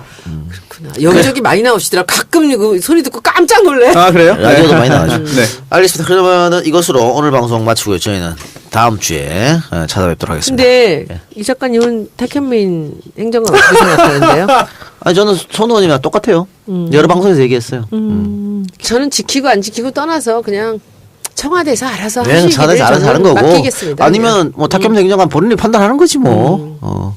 근데 이걸 가지고 자꾸 논란을 삼으니까 이제 그런 건데. 근데 이제 탁현민 만약에 그만둔다고 해봐요. 그다음에 다음엔 또 다시 그러니까 이거는 그냥 야당에서 흔들게 하는 거 아니에요? 언론과 야당에서. 안경환 조국, 탁현민 조국, 뭐 우리가 누구 조국 계속 언제부터 청와대 행정관까지 신경 썼어? 그러니까. 뭐 비서관쯤이면 또 몰라. 그러니까 이건 말이 안 되고. 옛날 윤전추는 우리가 나오라는 얘기는 안 했어. 이상하다 그랬지. 왜 갔어 거기에? 이상하다 그랬지. 나와 이러지 않았다고. 그것도 나중에 날았잖아요. 간줄. 그래요. 저희 다음 주 뵙겠습니다. 들어주셔서 대단히 수고하셨습니다. 감사하고 방청 여러분들 감사합니다. 고맙습니다. 고맙습니다. If I could change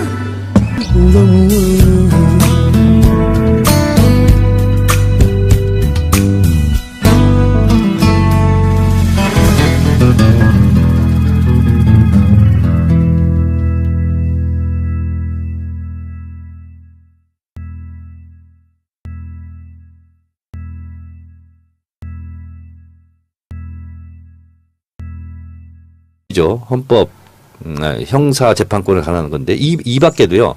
또 하나 황당한 것은 뭐냐면 우리가 아무런 책임이 없어요. 주한미군이 100% 잘못했어요. 그렇게 설령 판정이 나더라도 벌금을 물을 경우에는 그 벌금의 25%를 한국 정부가 내야 된다는 그래요? 황당한 조약이 있습니다. 그래서 10년 전 어떤 의원이 이걸 국회에서 질의를 했는데요. 자료를 내고 했는데 그 돈이 1년에 4억 7천만 원이더라. 이렇게 되고 있고요. 또 하나는 뭐냐면 별로 주목받지 않은 거지만 인적, 물적, 물품이 실제로 주한미군 기지에 들어옵니다. 그러면 한국과 어떠한 협의를 하지 않아도 됩니다. 그래서 평택 오산기지 이런 데 탄저균이 들어왔다. 우편으로 하는 것이 뭐냐면 소파 규정 때문에 그렇습니다. 주한미군이 들어오는 거라면 우리가 그것을 조사할 수가 없습니다. 그래서 이런 것을 포함해서 31조로 구성되어 있는데 한미 행정협정이 이것을 제가 다 읽어봤어요. 읽어봤는데 이 밖에도 너무나 굴욕적이고 너무나 자존심 상하는 그런 문구들이 너무 많아요. 예. 예를 들면 이런 거 있습니다. 주한미군 기지를 사용했어요. 한국 무조건 내줘야 돼요. 근데 필요 없이 주한미군이 갔어요. 그러면 원상복귀할 의무를 가지지 않는다. 이렇습니다. 버리고 그냥 가는 거예요. 예, 오염을 시켰던 뭘 했든 간에 예. 원상복귀에 대한 의무를 가지지 않는다. 예. 그리고 그것을 한국은 요구할 수도 없다. 이런 내용들이 진짜 수두룩 빡빡하게 많습니다.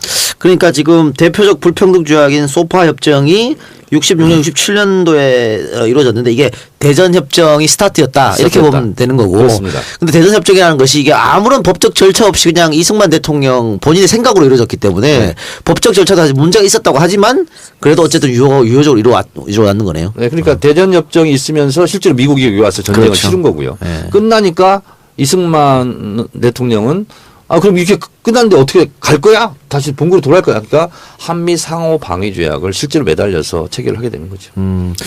그래서 결론을 말씀드리면 이제 21세기 대한민국 국가 경제가 전 세계에서 뭐 10위권에 이른다고 그러고 국력이 신장됐다고 그러는데 한미 동맹이라는 것은 미국이 우리를 도와주는 거 아니에요? 예. 우호적 관계 아닙니까? 그러면 거기에 맞게 옛날 동반저적, 걸로 돼 있잖아. 네, 그치? 동반저적 관계로 수평적 관계로 불평등한 이 한미 행정협정도 문재인 정부 이 바꿔야 시대에 평등하게 좀 그러니까 바꿔야 되지 해방을 않느냐. 만들었던 그런 이렇게 조약들이 생각합니다. 여태까지 그냥 있는 거죠. 그러니까 뭐 한 두 차례 개정을 했는데 개정해도 역시 불평등 조약은 남아 있고 특히 아까 뭐 정현도 얘기했습니다만 미국인이 잘못을 한국인한테 했음에도 불구하고 한국인 그러니까 구속할 때는 대한민국이 이게 체포할 권리가 없기 때문에 네. 재판도 네. 이게 이제 제일 먼저 고쳐야 되는데 사실은 이 소파 같은 경우에는 미국은 일본하고도 체결했지 않습니까? 그런데 우리하고 완전 달라요. 네, 다릅니다. 우리만 불평등이야. 네. 그러면서 맨날 뭐 한미 뭐 상호 뭐 이런 얘기하면 어떻게 해? 그러니까 필리핀 같은 경우도요. 수빅만에 설치했던 미 공군 기지 클라크 공군 기지가 있습니다. 거기에도요. 기지 사용을 다 냈습니다. 미국이. 그래서 나중에는 필리핀 다 올리려고 그랬어요. 그랬더니 미국이 열받네. 우리 뺄게. 그래 뺀 거거든요. 그리고 뭐 재판 권할과 관련해 가지고 모든 미군이나 가족들의 그런 범죄에 대해서 우리나라가 재판권 없는 건 아니고요. 네. 규정이 있어가지고 우리나라 재판권 행사하는 경우도 있고요. 또 수원이나 뭐 의정부 같은데 간혹 가면은요 외국인 재판을 해요. 그런데 좀 몰아서 합니다. 통역사를 불러가지고 쫙 하기 때문에 몰아서 하는데 보통 이제 제일 앞 시간에 미군들도 재판 많이 받아요. 근데 지금 손소 변호사가 지금 좀 53년 7월 27일 정전협정이 이루어지는데 우리는 군통수권을 실제로 넘겼기 때문에 우리는 정전협정의 조인국이 되지 못합니다. 그렇죠. 그래서 중국의 팽덕회, 북한의 김일성 그리고 유엔군의 클라크 대장 이렇게 세 명이 실제로 정전협정에 조인을 합니다. 그리고 전쟁이 잠시 끝난 게 아니라 종전이 아니라 이제 휴직에 들어가는 거죠. 그러니까 이승만 대통령은 휴전을 반대한 대가로 요구하는 것이 한미 상호 방위 조약입니다. 그래서 한미 상호 방위 조약 체결을 원했고 그래서 미국이 실제로 한미 상호 방위 조약을 체결하게 됩니다. 한미 상호 방위 조약의 핵심은 뭐 네 가지 얘기하는데 두 가지만 말씀드리면 하나는 한국과 미국은 우방국이기 때문에 서로의 안전 위협에 대해서 전쟁에 개입할 수 있다라는 겁니다. 그래서 유엔 결의가 있지 않아도 미국은 한반도의 유사시에 언제든지 유엔 결의가 없어도 허가가 없어도 교전에 참여할 수 있는 조약을 맺게 되는 거고요. 또 하나는 한국 영토 내에 아니면 그 주변부에 군대를 배치할 수 있고 그것을 허락하는 조약이 있습니다. 이게 한미 상호 방위 조약 4조에 그것이 포함이 되어 있습니다. 이 4조에 의해서 이 근거 규정에 의해서 그럼 주한미군이 들어와야 되지 않습니까? 그래서 주한미군이 들어왔을 때 주한미군에 대한 법적인 지위를 어떻게 할 것인가 이것이 한미 상호 방위조약 4조에 따른 주한미군 주둔군 지휘에 관한 협정 이것이 바로 한미 행정협정입니다. 그래서 이것을 줄여서 우리가 소파라고 얘기를 하죠. 그래서 스테이터스 오브 그리고 폴스 어그리먼트 소파라고 합니다. 근데 이것은 간단히 줄여서 그런데 영어 문장으로 한 5줄 됩니다. 굉장히 긴 협정 이름인데요. 그냥 줄여서 Status of Force Agreement 이렇게 해서 소파로 줄여서 부르는 건데요. 한미 행정 협정입니다. 대표적인 불평등 협정인데요. 특히 한미 행정 협정 22조 형사 재판권에 관한 내용이 가장 불평등한 조약이다. 이렇게 우리가 알려져 있고 지금까지 불평등한 소파 개정을 우리가 요구하는 것이 결정적인 것이 22조 형사 재판권인데 이걸 쉽게 설명을 하면 이렇습니다. 주한 미군이 범죄를 저질렀을 때는 한국이 실제상 수사나 재판을 할 수 없다는 내용입니다. 물론 법조항에는 미국 법령에는 없고 한국 법령에 있는 것은 한국이 일차적인 재판권을 갖는다. 이렇게 되어 있지만 그 밑에 있는 한미 의정서에 보면 그것도 실질적으로는 미국에 넘겨야 되는 그런 상황으로 되어 있죠. 그래서 이 작가가 진행했던 이재희의 윤금희 씨 사건 같은 경우가 대표적으로 잔혹했죠. 잔혹한 사건인데 그것은 미국이 재판을 이제 하게 되고 우리가 잘 아는 미선희 효순이 사건, 네. 미국 장갑차에 깔려서 사망을 했던 여중생, 그게 놀랍게도 무죄 판결입니다. 벌을 받지 않았습니다. 그래서 며칠 전에도 강남에 있었던 주한 미군이 성희롱 사건이 있었습니다. 그것이 한 달 뒤늦게나 신고되고 이런 일이 이제 벌어지고 있는데요. 의정부 동주천 이렇게 미군 기지가 있지 않습니까? 그 근처에 있는 데는 항상 이렇게 주한 미군의 성범죄가 있습니다. 그래서 이 소파 개정을 해야 된다 하는 것이 제 22명으로부터 나온 거니까 이거는 자본주의 사회주의 이 질서를 바꾼 거고요. 그리고 돌리양 복제는 생명의 질서를 바꾼 거다. 그래서 이제 두 가지 사건을 얘기하는데요. 1917년 볼셰비키 혁명을 통해서 사회주의가 이제 전 세계에 이제 만연하게 되고요. 그러면서 동유럽이 실제로 러시아의 지배를 받게 되고요. 그리고 중국 대륙에서는 가장 인구가 많은 모택동 중국 혁명이 일어나고요. 베트남, 니카라과, 쿠바 등 19세기의 사회주의 혁명이 일어납니다. 그리고 이것이 실제로는 미소의 대립으로 그리고 자본주의와 사회주의의 대결로 사실은 제3차 세계대전이 이것 때문에 일어나는 것이 아니냐 할 정도로 냉전을 거듭하죠. 박정희가 유신을 했던 논리도 그런 거였죠. 네, 그렇습니다. 그래서 결국은 우리도 직접적인 그 영향권 안에 들어서 우리가 정통성이 약한 우리 정부가 실제로 북한 공산당 때문에 국민들이 한국식 민주주의를 적용해야 된다. 뭐 이러면서 실제로 반공 이데올로기가 지배를 했던 한반도가 바로 또 그런 세계적인 동서냉전 갈등이 첨예하게 대립됐던 휴전선을 중심으로 했던 국가이기도 합니다. 그런데 이 미소 냉전, 자본주의와 공산주의 이 냉전을 허물었던 계기가 바로 정상회담이었습니다. 그것이 미국의 닉슨 대통령이 실제로 베이징에 가서 모택동을 만납니다. 그러면서 핑퐁 외교를 하죠. 그러다가 결국은 미국과 중국이 국교를 맺습니다. 근데 그 전까지만 하더라도 할슈타인 정책이라고 들어보셨습니까? 네? 할슈타인 정책. 아니요. 이게 뭐냐면 중국하고 잘 지내면 안 된다 이런 거예요. 그래서 우리도 자유 중국이라고 얘기했죠. 타이베이, 대만. 대만하고만 수교를 맺어야 되는 거예요. 그러니까 중국하고 맺으면 안 돼요. 미국의 외교 전략인가요? 그렇습니다. 할슈타인이 뭐 장관인가요? 이게 이제 유럽에서도 똑같은 일이 벌어지는데요. 그래서 할슈타인 정책을 펴면 이게 이제 미소 냉전으로 해서 강대국들이 전형적인 약소국들을 꿀리는 정책이에요. 우리하고 친한 나라만 얘기해. 우리가 싫어하는 나라하고는 수교하면 안 돼. 이런 거거든요. 그래서 실제로 초강대국 미소를 중심으로 해서 소련하고 가까우면 미국하고 멀어지고요. 미국하고 가까워지면 소련하고 멀어지고 이렇게 외교에서도 눈치를 보는 그런 시대가 있었습니다. 할슈타인 독트린. 네. 그거네요. 서독만이 독일의 유일한 합법 정부다. 그렇습니다. 그러니까 타이페이도 뭐 그런 거였은 거죠. 그렇습니다. 예. 하나의 중국 이런 것도 비슷한 건가요, 그러면? 그거하고 좀 다른 거예요. 예. 그런 거고요. 그래서 이제 이것을 결국은 이런 20세기의 볼셰비키 혁명이 세계의 질서를 바꾼 그 세계적인 사건으로 됐는데 그걸 역시 허물었던 것도 결국은 정상회담을 통해서 이것이 동서냉전 갈등이 되고 갈등 해소되고 대탕트가 이제 오기 시작하는데요. 그것을 열었던 것이 정상회담이다. 이렇게 얘기를 합니다. 그래서 살아생전에 동교동의 김대중 대통령이 말씀을 하시길 어떻게 얘기하냐면 실제로 국가 이익을 추구하는 것이 외교고 국가 이익을 위해서라면 악마와도 손잡아야 된다. 그것이 대표적인 경우가 닉슨과 모택동의 악수였다. 이렇게 얘기를 합니다. 그런 관점에서 우리 이번에 우리 문재인 대통령이 미국에 가서 이제 미국과 정상회담을 하는데요. 한미 정상회담은 지금까지 63차례가 있었습니다.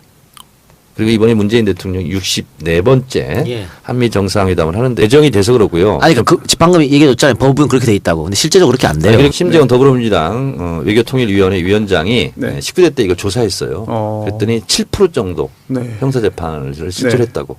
주한미군 범죄에 그러니까 대해서. 실제로 그렇게 이루어지지 않는다니까. 7% 정도. 자, 다 하셨어요? 마무리하세요. 대전협정. 네.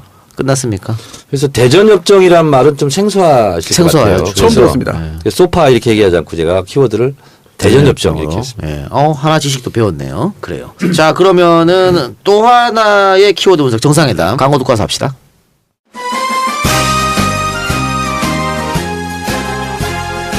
안녕하십니까? 요즘 뉴스 보는 재미 어떻습니까? 살기 좋은 세상 여러분과 함께라면 만들 수 있겠죠. 그럼요. 오늘 저는 일산의 풍무양고기를 여러분께 추천합니다.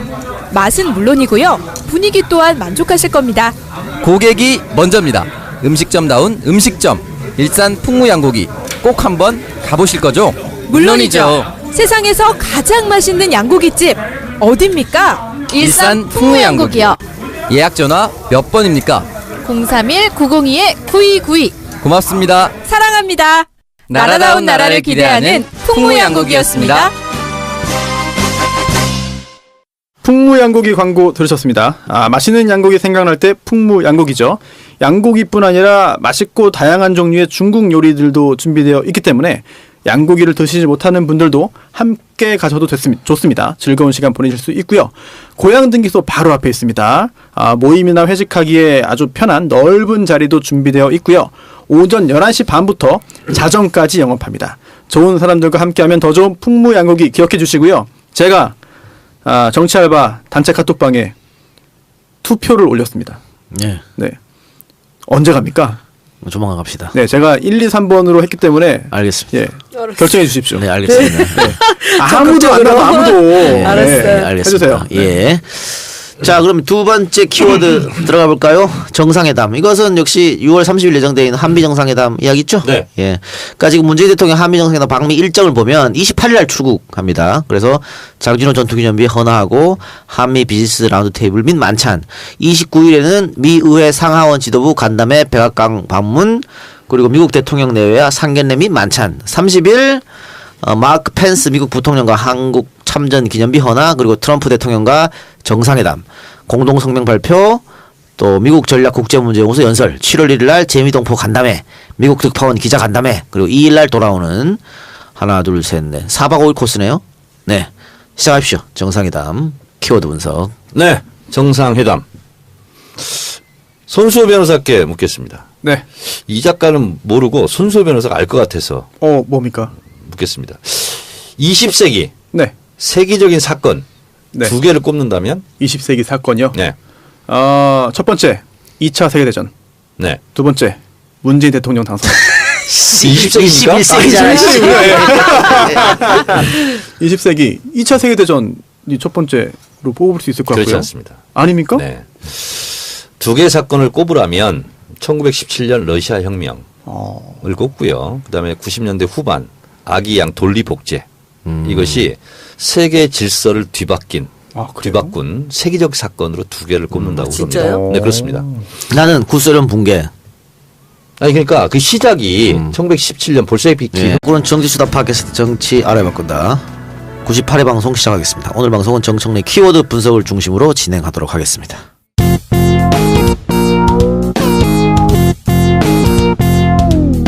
정청래 키워드 분석. 정청래의 키워드 분석. 정상회담과 대전협정. 정상회담부터 하시죠. 대전협정부터. 진짜 청개구리 고기를 드셨나. 자, 대전협정부터 갑시다. 정청개구리대. 대전협정 뭐예요? 대전협정이. 1950년 6월 25일 6.25 전쟁이 일어났죠. 그리고 3일 만에 서울을 내주고 이승만 대통령은 한강 다리를 끊고 밑으로 피신하기 시작했습니다. 그래서 7월 12일 날 대전에서 미국에게 러브콜을 보냅니다. 우리는 전쟁 수행할 능력이 없으니 군 작전 지휘권을 미국에게 넘겨주고 싶다. 7월 12일 날 제안했고요. 7월 19일 날 미국이 화답하면서 각서를 교환합니다. 이것이 1950년에 있었던 대전협정입니다. 이것은 지명, 대전을 얘기하는 겁니다. 전쟁의 전자가 아닙니다. 예. 그래서 한미 대전협정이라고도 불립니다. 이러면서 지금까지 군 작전 지휘권, 전시작전 지휘권이 미국에게 있는 거죠. 그래서 그때 뭐 병시작전권도 갔었는데 병시작전권 DJ 때 찾아온 거고. 그렇습니다. 그래서 이것이 한미 동맹의 출발점이었다라는 거죠. 자, 그래서 군 실제로 통수권이 미국에게 넘어갔고요. 그 유엔 16개국 참전국이 있었죠. 그리고 실질적으로 이제 미군이라고 볼 수 있는데, 그래서 실제로 미군이 와서 전쟁을 치른 거죠. 예. 그리고 대한민국 정부 이승만 대통령은 실제로 전쟁에 대한 권한이 없게 됩니다. 어떻게 보면 이것이 슬픈 비극의 시작이었다고도 볼 수가 있겠죠. 그래서 전쟁은 1952년부터 휴전협정에 들어가는데요. 이승만 대통령은 반대를 합니다. 휴전을 하면 어떡하냐. 북진 통일을 해야 된다. 능력도 없는 것들이 능력도 없으면서 이게 전쟁 전에 신성무 국방장관이 네. 이승만한테 보고할 때 우리가 북쪽 쳐들어가면 이길 수 있다. 점심은 평양에서 먹고 저녁은 시리에서 먹는다. 네. 이렇게 하다 전쟁 나자마자 대전으로 도망간 거 아니에요? 네, 그렇습니다. 문재인 대통령이 미국의 첫 일정이 장진호 전투 기념비에 헌하는 걸로 시작을 하는데요. 이 장진호 전투 기념비가 어떤 거냐면 북한의 압록강 강변에 있는 정확한 지명은 제가 생각이 안 나는데요. 거기에 실제로 갇혔어요. 중공군 12만 명한테. 제가 6월 6일인가에 EBS에서 2부작으로 다큐멘터리 해줬거든요. 그거 네. 봤습니다. 네. 뭐 괴멸당했던 그렇습니다. 최대 패배 네. 미군의. 네, 그렇습니다. 북한의 임시 수도였다는데 무슨 개자로 끝나는데 뭐 거기에 한번 찾아보면 나옵니다. 장진호 전투기념비. 그래서 12만 명 중공군한테 포위가 돼서 몰살당할 상황이었는데 그 장진호 그분과 미 1해병이 가까스로 이렇게 탈출에 성공해서 흥남 철수가 시작이 됐다고 합니다. 그래서 굉장히 희생도 컸지만 그래도 결과적으로는 큰 피해 없이 이렇게 탈출하게 된 것을 기념해서 문재인 대통령이 첫 일정을 헌화하는 걸로 한다는데요. 어쨌든